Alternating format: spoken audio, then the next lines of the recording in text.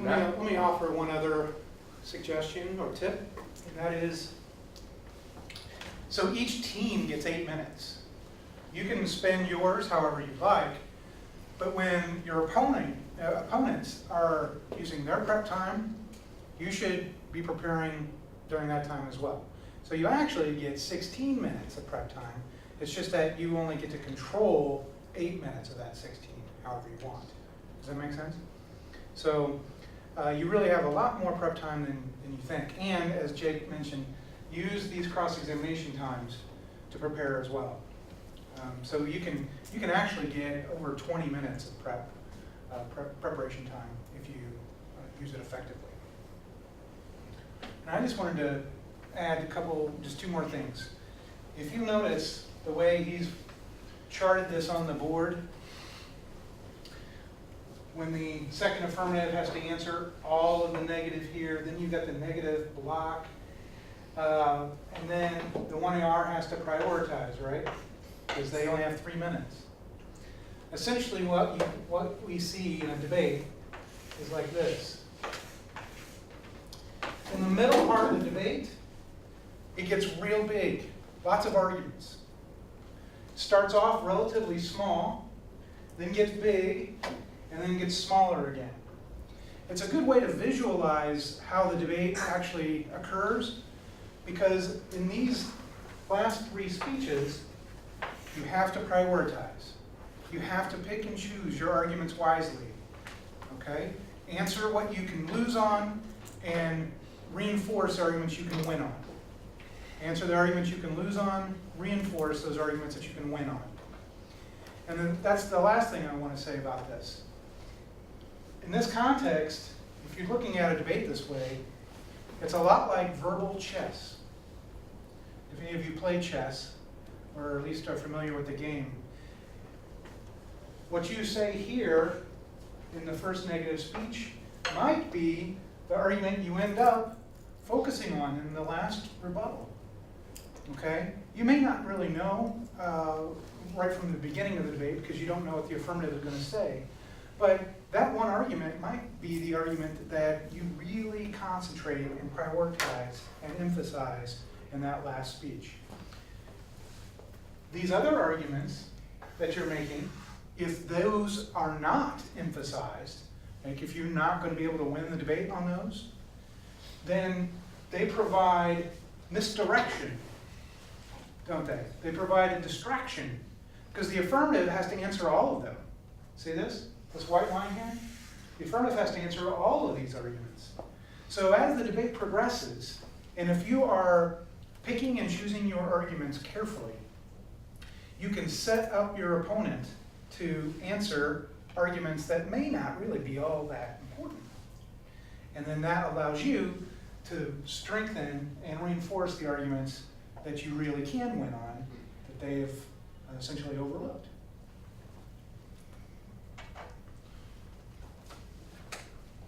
So, did you have an exercise or anything? Because I don't have an exercise Okay. for this. So. One thing I was thinking of is, because we have a little bit of time, Jake mentioned that in these last, and so did Shannon, in these last 2 speeches here, you want your judge to vote on the arguments, obviously, that you're winning, to fill out the because clause of their sentence. I vote negative because, yada, yada, yada. And Jake mentioned something, he said, you want the judge to vote for whoever has the biggest impact. I don't know if you remember him saying that. Okay, that obviously is not the only reason we make decisions, okay? There are some other ways we can possibly make a decision. So what I wanted to do is I wanted you to kind of brainstorm and think with me here, and let's come up with 2 or 3 more reasons. So, in other words, if you have the Abe disadvantage, which is probably a war of some kind with South Korea and China, and that's what the negative is going to be winning, right? That's their argument.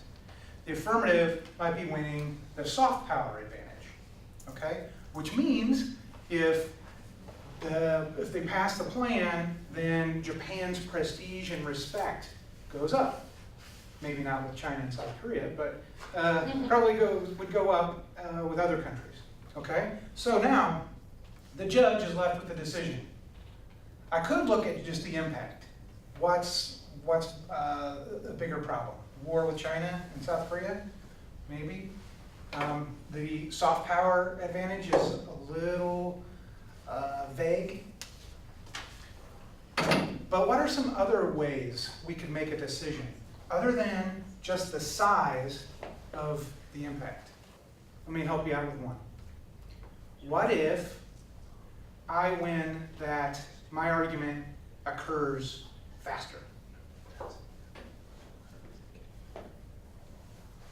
So if I can win that Japanese soft power is increased, and the goodwill and the prestige and the respect that Japan would get from doing the plan happens faster than what their disadvantage says, is it possible that Japan could use that soft power, use that goodwill to lessen tensions with China and South Korea?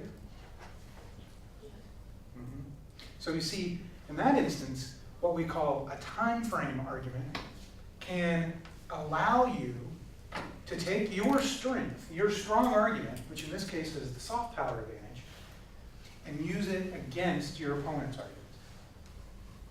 Okay? What's another way you think we might be able to contrast or compare these two different impacts? Soft power versus the Abe disadvantage. We've got the impact, so that's one way you could make a decision. Time frame's another way. What's another way? I don't know, but maybe if, for example, soft power, like if Japan's prestige will be very good in the world, then as countries involved, like they will, Western countries, they will support Japan. And even if Japan will have the bad relationship with China, Korea, it wouldn't influence so much. Yeah, I think you're real close. You're real close to where I'm going with this. Let's just be honest for a second. What is more likely, that if Japan does something good with genetically modified organisms, that their prestige would go up a little bit around the world, or that China and South Korea are going to get upset at Japan for banning GMOs? Which is more likely? Which is more probable? The good thing. The good thing. The good thing, the soft power, right? Contribution. Yes. Well, it's more likely. We have more historical examples of how countries have been able to solve their problems through diplomacy and that sort of thing. We also, and that's an argument for the advantage. But if we look at the disadvantage, do you really think China or South Korea is going to go to war over genetically modified organisms? Now, they may not like some things that Japan does, but that's not going to be it, right? I mean, if they want to fight Japan, they can come up with another reason. They don't need the affirmative plan in order to do that. So it just doesn't seem all that likely, does it? So that's the other way that I think we can compare and contrast some of these arguments, and that's in terms of what we call probability. What is more probable? Okay? And you have to come up with reasons, though. You can't just say, oh, well, this one's more likely. Well, why? You have to answer the why question. You have to answer the how question. So when you're debating, if you can ask how or why, and it's not answered in your speech, chances are your judge doesn't get it either. All right? So you have to provide those reasons, those warrants, to answer the how and why question. So if you say that something is more probable, you have to explain why is it more probable. If this over here has a smaller impact, well, why does it have a smaller impact? If this over here is a quicker time frame, why and how is that going to happen? It's the Toolman model that we were talking about yesterday, where you're answering that because question.